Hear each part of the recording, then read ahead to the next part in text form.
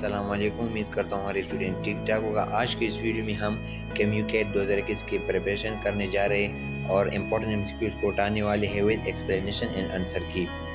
तो हमारे पास पहला क्वेश्चन है, which method is of asexual reproduction. Asexual reproduction जिसमें फर्टिलाइजेशन नहीं होती, तो हमारे पास कौन सा इसमें मेथड है? स्पोरुलेशन। स्पोरुलेशन कैसे कहते हैं? जिसमें स्पोर्स बनते हैं, ये तो एसेक्सुअल है बिल्कुल। फिजन, फिजन में भी डॉटर सेल बनते हैं विदाउट फर्टिलाइजेशन, ये भी एसेक्सुअल रिप्रोडक्शन है। एपोमेक्सिस, जब सीड टिश्यू से विदाउट फर्टिलाइजेशन बनता है, तो ये भी एसेक्सुअल रिप्रोडक्शन है। तो इसका मतलब है हमारे पास कौन सा आंसर आया? All of this. हमारे पास सेकंड एमसीक्यूज है, which cell is the longest in the human body. हमारे बॉडी में बहुत टाइप के सेल होते हैं, लेकिन longest cell of the body कौन सा है? बताए। Muscle cell, nerve cell, bone cell and glial cell. आपको इनमें से कौन सा लग रहा है? Nerve cell. बिल्कुल, हमारे पास जो बॉडी में सबसे लॉन्गेस्ट सेल है वो है नर्व सेल, जिसकी डेंड्रॉन होते हैं, बॉडी होती है, एक्सॉन होती है और माइलिन शीट भी होती है। तो ये सबसे लंबी सेल ऑफ द बॉडी है। हमारे पास थर्ड एमसीक्यूज है, the nasal cavity open outside of the kind of the opening that are known as. हमारी जो नेजल कैविटी है हमारे नोज के अंदर, यहाँ पर ये कहा जा रहा है कि नोज से बाहर जो हिस्सा है उसको क्या कहा जाता है? पेरिंग्स, ब्रोंक्यूल्स, नोस्ट्रेल और नॉन ऑफ दिस। तो आपको कौन सा लग रहा है? अपना आंसर दीजिए। नोस्ट्रेल। जी हाँ, नोस्ट्रेल जो होते हैं नेजल कैविटी से बाहर हिस्सा होता है, तो इसे नोस्ट्रेल कहा जाता है। तो हमारे पास फोर्थ नंबर एमसीक्यूज है, the region where the probability of the finding the electron is maximum. वो कौन सी एटम की जगह होती है या एटम की बाहर या अंदर कौन सी जगह होती है जहाँ इलेक्ट्रॉन पाया जा सकता है, प्रोबेबिलिटी ज़्यादा होती है? Nucleus, atom, orbital, node plane. तो आपको इनमें से कौन सा लगता है? जी जवाब दीजिए। जी हाँ, ऑर्बिटल। हमारे पास है ऑप्शन नंबर सी। हमारे पास पांचवें एमसीक्यूज है, kinetic energy of the liquid is directly proportional to what. Kinetic energy है जो हमारे पास काइनेटिक एनर्जी होती है वो डायरेक्टली प्रोपोर्शनल किस चीज़ को होती है? प्रेशर को, टेम्परेचर को, मास को, नेचर को। तो हमारे पास काइनेटिक एनर्जी जो होती है वो डायरेक्टली प्रोपोर्शनल टू होती है किस चीज़ को? टेम्परेचर को। जब किसी कंटेनर में हम गैस मॉलिक्यूल को बंद करते हैं और नीचे से गैस या हीट देते हैं, तो मॉलिक्यूल की जो मोशन होती है वो बहुत ही ज़्यादा होती है और काइनेटिक एनर्जी बढ़ जाती है। तो हमारे पास ऑप्शन नंबर बी आया। हमारे पास चौथा एमसीक्यूज है, which of the following element is present in all protein. वो कौन सा एलिमेंट है जो प्रोटीन में प्रेजेंट होता है? ऑल प्रोटीन में सल्फर, कार्बन, नाइट्रोजन, ऑक्सीजन। तो आपको इनमें से कौन सा लग रहा है? जी अपना जवाब दीजिए। नाइट्रोजन। जी हाँ, जब प्रोटीन को डिवाइड किया जाता है, ब्रेक डाउन किया जाता है, तो मोस्टली नाइट्रोजीनियस वेस्ट भी प्रोड्यूस होता है हमारे बॉडी में जो टॉक्सिक होता है। तो प्रोटीन में जो एसेंशियल एलिमेंट होता है वो है नाइट्रोजन। हमारे पास ऑप्शन नंबर सी आया। हमारे पास सातवां एमसीक्यूज है, molar mass of the water is dash. Mass of the substance is equal to the mass of the substance divided by number of mole of that substance. लेकिन यहाँ पर हम फॉर्मूले के साथ इस तरह मालूम कर सकते हैं कि H2O हाइड्रोजन के कितने मॉलिक्यूल है? 2 और एटॉमिक मास कितना है? 1। तो 2 को 1 के साथ मल्टीप्लाई करेंगे, फिर प्लस करेंगे और H2O में ऑक्सीजन भी आता है, तो ऑक्सीजन के कितने मॉलिक्यूल है? 1 और मास कितना है? 16। तो हम 16 के साथ क्या करेंगे? 1 को ज़रब करेंगे तो 16 आता है। तो 2 + 16 यानी कि हाइड्रोजन से 2 आया और ऑक्सीजन से 16 आया, तो 2 + 16 = 18। तो हमारे पास क्या है? मोलरिटी 18 ग्राम पर मोल। लेकिन यहाँ पर केजी है, तो केजी 18 ग्राम पर मोल जब केजी में कन्वर्ट करते हैं तो 0.018 केजी पर मोल आता है। तो आपको ये दो वैल्यू ज़रूर आनी चाहिए।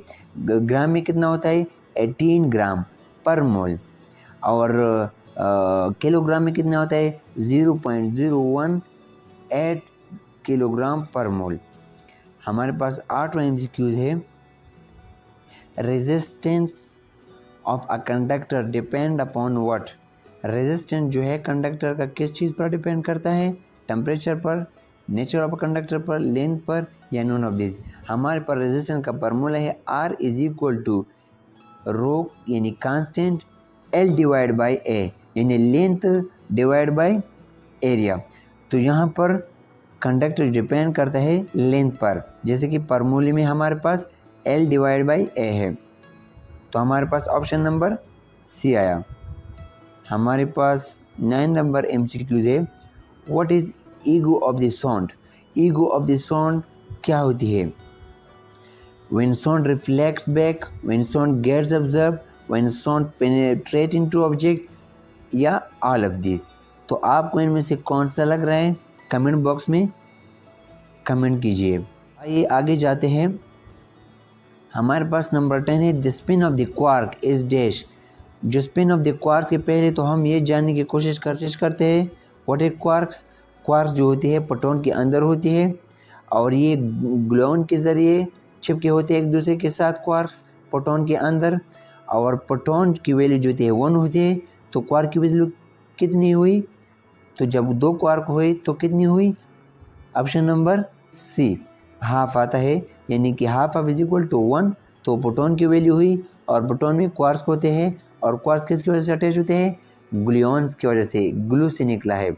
तो हमारे पास ऑप्शन नंबर सी आया। हमारे पास MCQ नंबर 11 है angular displacement is zero and dash.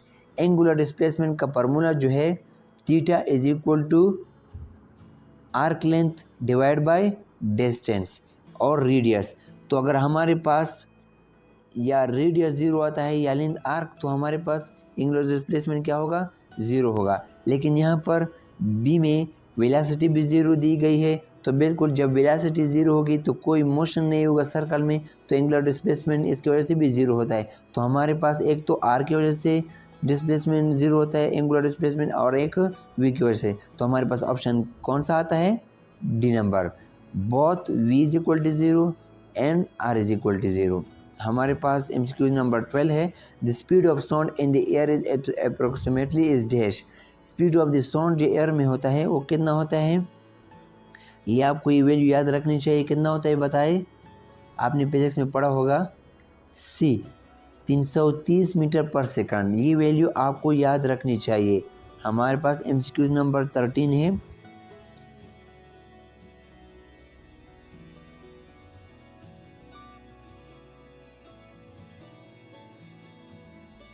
the structure with a diameter less than 1 millimeter are called। वो रेस्पिरेटरी सिस्टम का वो स्ट्रक्चर जिसका डायमीटर 1 मिलीमीटर से कम है।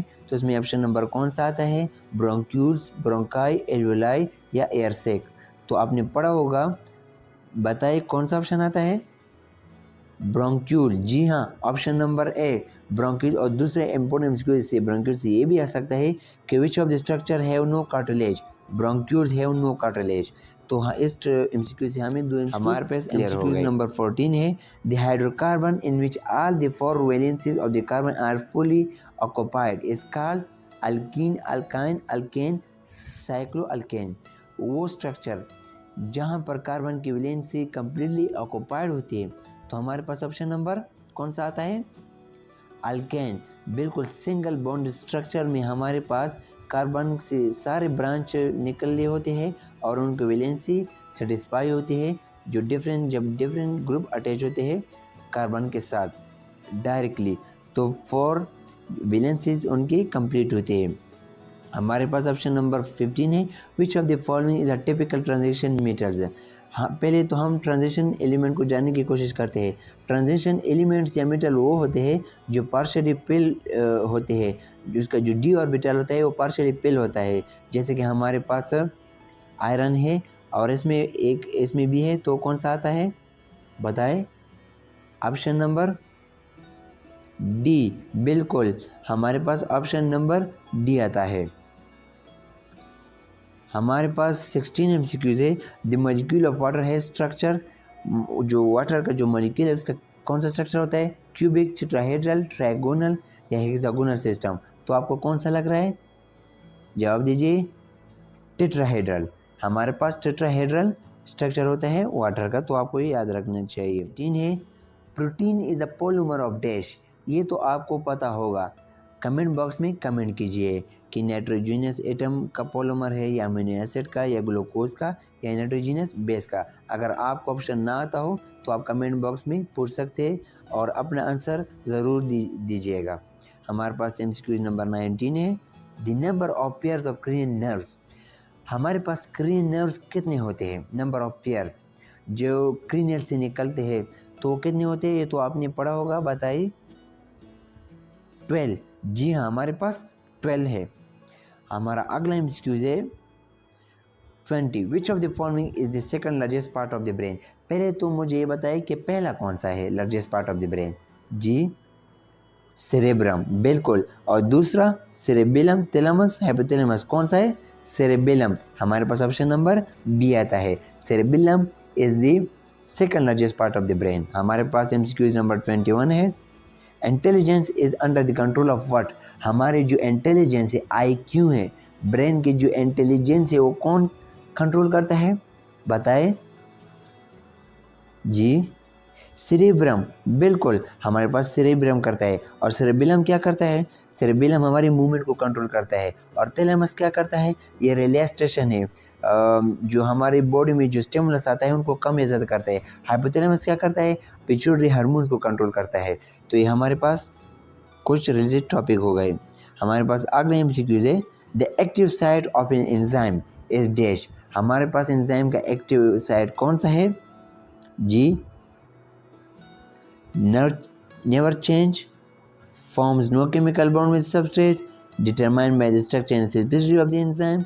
Option number D, they are non specific in their function. Never change, हमारे पास एक theory है जिसमें एंजाइम के बारे में कहा जाता है कि इसके एक्टिव साइट जो होता है वो कभी चेंज नहीं होता। तो आपको ये MCQs याद रखना चाहिए। हमारे पास अगला MCQ है, the excessive increase in temperature of the medium cause of enzyme molecule to dash. जब एंजाइम की टेम्परेचर बढ़ा दी जाती है, जैसे कि हमारे बॉडी में हद से ज़्यादा, तो फिर हमारे पास एंजाइम का की क्या हालत होती है? बताए, वो क्या होता है उसका? बताए। डिनेचर होता है, बिल्कुल। हमारे एंजाइम की एक्टिविटी स्टॉप होती है और वो उनका फंक्शन डिनेचर होता है और एंजाइम के डेथ शुरू हो जाती है।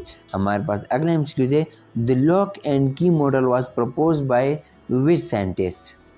जी, ये तो आपको पता होगा, लॉक एंड की। जी, शाबाश, एमिल फिशर। हमारे पास MCQ नंबर 25 है, the devices used for the conversion of the DC to AC is called. ये तो आपको पता होगा, DC को AC में कन्वर्ट करने के लिए कौन सा डिवाइस रिक्वायर है? ऑप्शन नंबर, कन्वर्टर नहीं, रेक्टिफायर नहीं, इन्वर्टर। जी हाँ, हमारे पास इन्वर्टर है जो DC को AC में कन्वर्ट करता है। और रेक्टिफायर क्या करता है? रेक्टिफायर इसको ऑपोजिट करता है, वो AC को DC में कन्वर्ट करता है। तो आपको यहाँ दो MCQs क्लियर हो गए। तो हमारे पास ऑप्शन नंबर आता है इन्वर्टर। अगला MCQ है, electron moves in the orbit is dash. Electron जो ऑर्बिट में होता है वैसे तो सर्कल मोशन करता है, लेकिन यहाँ पर मज़ीद डिटेल में दिया गया है कि किस तरह मोशन करता है। हमारे पास ऑप्शन कौन सा आता है? बताए। Simple vibratory motion, standing wave motion, vibratory motion like up and down motion, simple harmonic like the sound. तो हमारे पास ऑप्शन नंबर कौन सा आता है? हमारे पास ऑप्शन नंबर आता है बी, स्टैंडिंग वेव मोशन। जो स्टैंडिंग वेव किसे कहा जाता है?